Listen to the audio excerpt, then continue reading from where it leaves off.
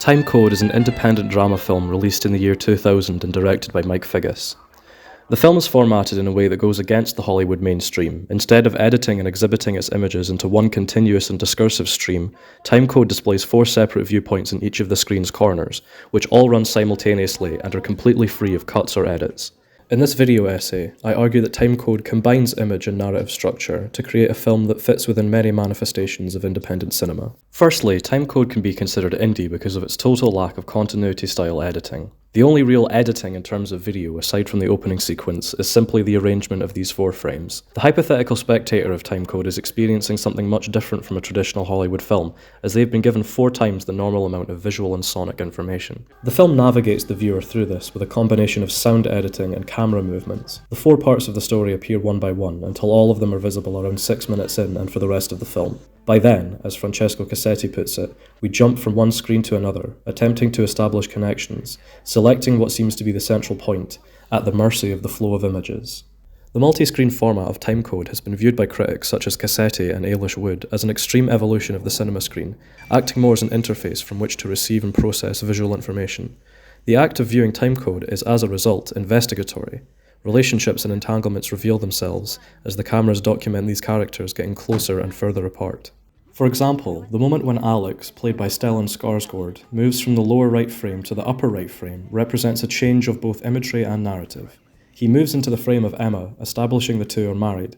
This also gives the viewer context as to why Emma was first shown with a therapist for an extended period of time. She was discussing her decision to divorce Alex. The upper left portion of the screen spends the bulk of the film focused on Jean Triplehorn's character, Lauren.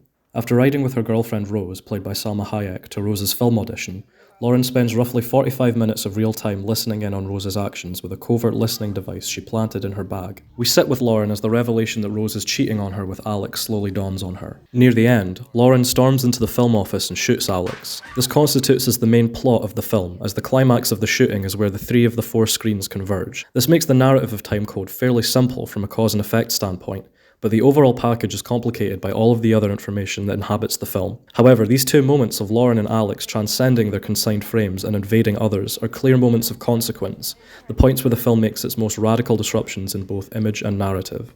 There are several instances of action between characters being filmed by more than one camera, allowing important narrative beats to be amplified by multiple angles at once. We gain a sort of omniscience as a viewer. We know details about characters and their current actions that their partners and lovers do not yet know about.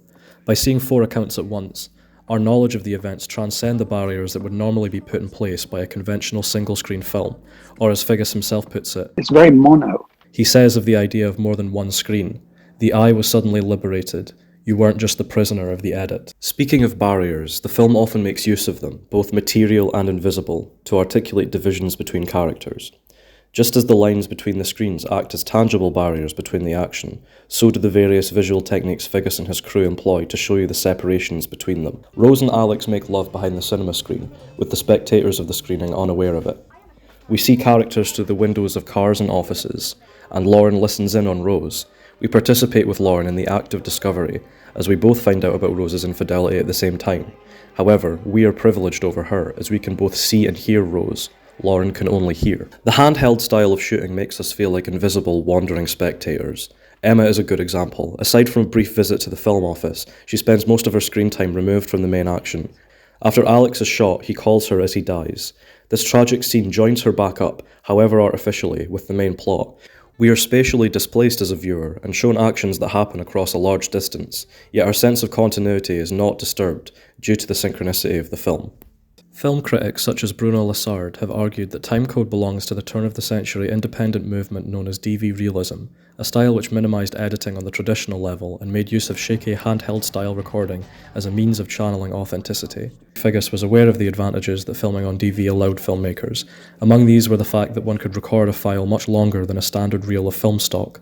This made shooting a movie in one continuous take, a technique alluded to by clever cuts in films like Alfred Hitchcock's Rope, actually viable. The film used digital editing techniques to achieve the split screen, and the actors were allowed to improvise around a predetermined shooting structure. Imagery in Timecode consistently harkens back to the role that new digital technologies play in our lives, particularly in mediating our communication. Surreptitious listening devices, talking through misunderstandings on cell phones, the omnipresent nature of video surveillance, and the very structure and execution of the film itself all feed back into the vision of a society that has been forever marked and changed by its addiction to the digital. Figgis successfully used emergent cutting-edge technology, which facilitated timecode structure and sense of urgency. The end result is a film that is visually experimental and narratively engaging, and an important piece of independent cinema.